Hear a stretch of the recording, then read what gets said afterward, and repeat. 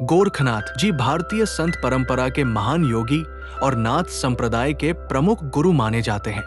उन्होंने अपनी तपस्या, योग साधना और रहस्यमयी शिक्षाओं से भारतीय अध्यात्म में गहरी छाप छोड़ी।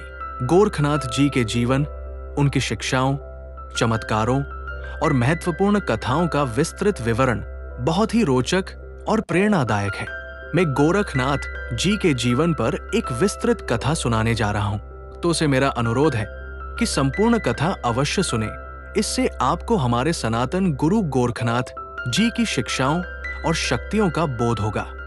इस वीडियो में हम गुरु गोरखनाथ जी का जन्म, प्रमुख शिक्षाएं, योग बल से दूध की नदी बनाना, राजा भर्तृहरि का योग मार्ग पर आना, मत्स्येंद्रनाथ जी को मोह से मुक्त करना, बादशाह को चमत्कृत करना, रोटियों की वर्षा, उनके शिष्य जाहर, वीर या गोगा पीर परोर, गोरखनाथ जी की समाधि के बारे में चर्चा करेंगे। गोरखनाथ जी का जन्म एक रहस्यमयी घटना माना जाता है। कहा जाता है कि वे 11वीं से 12वीं शताब्दी के बीच जन्मे थे। उनके गुरु मत्स्येंद्रनाथ जी थे, जो नाथ संप्रदाय के प्रमुख संतों में से एक थे। कहा जाता है कि गोरखनाथ जी के जन्म से पहले उनके गुरु मत्स्येंद्रनाथ जी, जो स्वयं एक सिद्ध योगी थे, एक गांव में पहुंचे। वहां एक ब्राह्मणी, जो संस्कारी और धार्मिक महिला थी, कई वर्षों से संतान सुख से वंचित थी। वो बहुत दुखी रहती थी और संतान प्राप्ति के लिए तपस्या करती थी।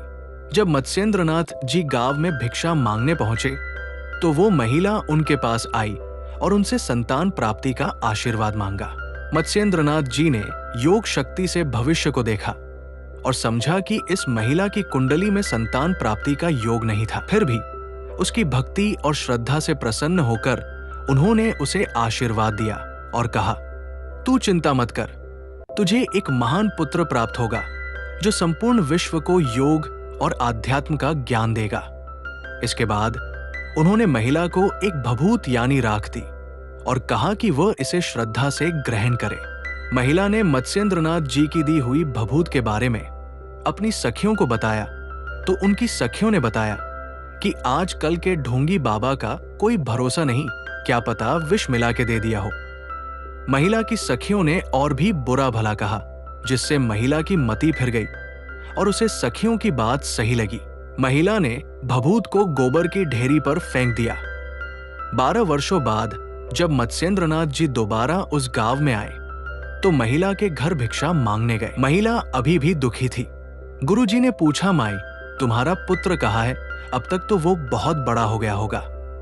इस पर महिला ने उन्हें पहचान लिया और रो रो कर सारी बात कही कि कैसे उसने अपनी सखियों के कहने पर भभूत को गोबर के ढेर पर फेंक दिया। इस पर मत्स्येंद्रनाथ जी बहुत क्रोधित हुए और बोले, माई, ये तूने क्या अनर्थ कर दिया? वो भभूत कोई साधारण भभूत नहीं थी। मुझे उस जगह ले चलो जहां तुमने वो भभूत फेंकी थी। महिला मत्स्येंद्रनाथ जी को उसी स्थान पर ले गई जहां उसने भभूत फेंकी थी। गोबर के ढेर के नीचे से किसी बालक के रोने की आवाज आ रही थी। मत्स्येंद्रनाथ जी के कहने पर जब गांव वालों ने गोबर को हटाया तो उसके नीचे से एक तेजमय बालक निकला। जब गांव वालों ने इस चमत्कारी घटना को देखा तो वे चकित रह गए। बच्चे की अद्भुत आभा और दिव्य तेज देखकर सब समझ गए कि ये कोई साधारण शिशु नहीं, बल्कि एक महान योगी का अवतार है। ये कोई साधारण बालक नहीं था, ये स्वयं गोरखनाथ जी थे, जो भगवान शिव के योग स्वरूप का अवतार माने जाते हैं। उनका जन्म दिव्य तरीके से हुआ था। गोबर से जन्म होने के कारण मत्स्येंद्रनाथ जी ने बालक का नाम गोरखनाथ रख दिया। गुरु मत्स्येंद्रनाथ जी बालक को अपने साथ लेकर जाने लगे तो महिला ने कहा, गुरुजी, इसे हमें दे दो, ये हमारा पुत्र है। इस पर मत्स्येंद्रनाथ जी बोले, माई, तेरे भाग्य में संतान सुख है ही नहीं। इतना कहकर मत्स्येंद्रनाथ बालक गोरख को अपने साथ ले गए। गोरखनाथ जी की गुरु भक्ति अद्वितीय थी। वे अपने गुरु मत्स्येंद्रनाथ जी के प्रति पूर्ण समर्पित थे और उनके हर आदेश को भगवान का आदेश मानते थे। उनके जीवन की एक ऐसी ही घटना है जब उन्होंने अपने गुरु के लिए अपनी एक आंख तक बलिदान कर दी। एक बार गोरखनाथ जी देश देशांतर में भ्रमण कर रहे थे। वे योग और भक्ति का प्रचार कर रहे थे और लोगों को आध्यात्मिक ज्ञान दे रहे थे। एक दिन वे भिक्षा मांगने के लिए एक गांव में पहुंचे। वहां उन्होंने जब एक घर में भिक्षा मांगी तो एक महिला दही बड़े कटोरी में लेकर आई और गोरखनाथ को दिया। गोरखनाथ भिक्षा लेकर गुरुजी के पास पहुँचे तो गुरुजी को दही बड़े बहुत पसंद आए। उन्होंने गोरखनाथ को एक कटोरी और दही बड़े लाने को कहा। गोरखनाथ जी गुरु का आदेश पूरा करने के लिए दोबारा उसी घर गए। उन्होंने महिला से कहा, माते हमारे गुरुजी को आपके दिए दही बड़े बहुत पसंद आए, आप मुझे दोबारा एक कटोरी दही बड़े दे दो। इस पर महिला क्रोधित हो बोली, तुमको और कोई काम नहीं है? गुरु ने दही बड़े मांगे तो यहाँ चले आए, मैं तुमसे तुम्हारी आँख मांगती हूँ, दे दो। इतना सुना के महिला भीतर चली गई, परंतु जब वह दही बड़े लेकर आई तो सन्न रह गई। बालक गोरख ने अपनी आँखें निकाल के हथेली पर रखी हुई थी। महिला मना करते हुए रो रो के बालक को गले लगा लिया और पछतावा करने लगी। बालक गोरख एक हाथ में आंखें लिए और दूसरी में दही बड़े लिए भटकते हुए गुरु के पास पहुँचे। गोरख ने आंखें बंद किए गुरु मत्स्येंद्रनाथ जी के सामने दही बड़े सरका दिए और आंखें पीछे छुपा ली। मत्स्येंद्रनाथ जी ने अपनी माया से सब समझ गए और बोले, हे महायोगी, तुम्हारी करुणा, सेवा और त्याग अतुलनीय है। तुम्हें इस संसार में अमरत्व प्राप्त होगा और योग की शिक्षा युगों तक लोगों का मार्गदर्शन करेगी। इसके बाद गुरु के आशीर्वाद से गोरखनाथ जी की आंख पुनः सही हो गई और वे पहले की तरह देखने लगे। गोरखनाथ जी और दूध की नदी की अद्भुत कथा। गोरखनाथ जी के चमत्कारी कार्यों में से एक प्रसिद्ध कथा नेपाल से जुड़ी हुई है, जहां उन्होंने अपने योग बल से एक दूध की नदी प्रवाहित कर दी थी। यह कथा नेपाल के भक्तों के बीच आज भी बहुत श्रद्धा के साथ सुनाई जाती है।